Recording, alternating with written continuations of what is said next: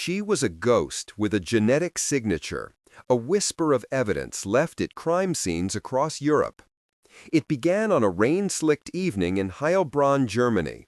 Police lights painted the wet asphalt as forensics processed the scene of a murdered officer.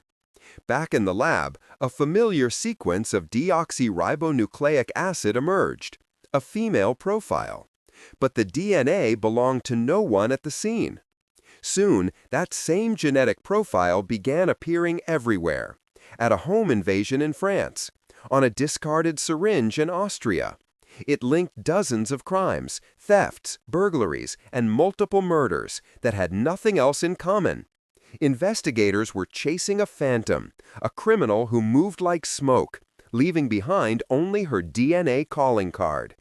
For over 15 years, she was Germany's most wanted and most baffling criminal. The media dubbed her the woman without a face.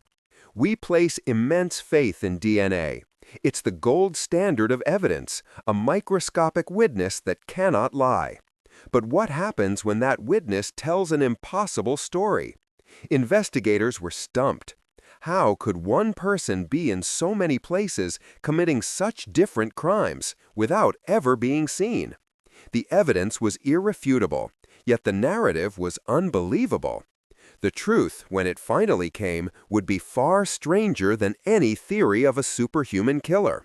It wasn't hidden in a dark alley, but in the one place no one ever thought to look.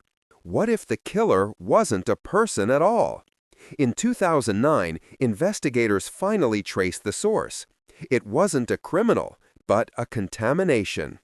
The DNA belonged to a woman who worked at a factory in Bavaria, a factory that manufactured the very cotton swabs used by police to collect forensic evidence. A single microscopic trace from her skin had contaminated an entire batch, which was then distributed to police forces across the continent. The phantom was never at the crime scenes. She was already in the evidence bag. The revelation sent shockwaves through the international law enforcement community. Years of work, millions of euros, and countless investigative hours had been spent chasing a ghost created by a simple factory error. Certainty shattered. Cases were thrown out, and task forces were disbanded. In the wake of the embarrassment came radical change. Forensic protocols were rewritten. From then on, all evidence collection tools had to be certified DNA-free. The case of the Phantom of Heilbronn became a cautionary tale, a stark reminder that even our most powerful evidence is only as reliable as the human process that handles it. Today, that lesson is more critical than ever. In an age of genetic genealogy and automated databases, a single stray cell can travel farther and faster, creating phantoms of its own. The woman without a face was never a killer, but her story forced the entire world to reconsider the meaning of certainty.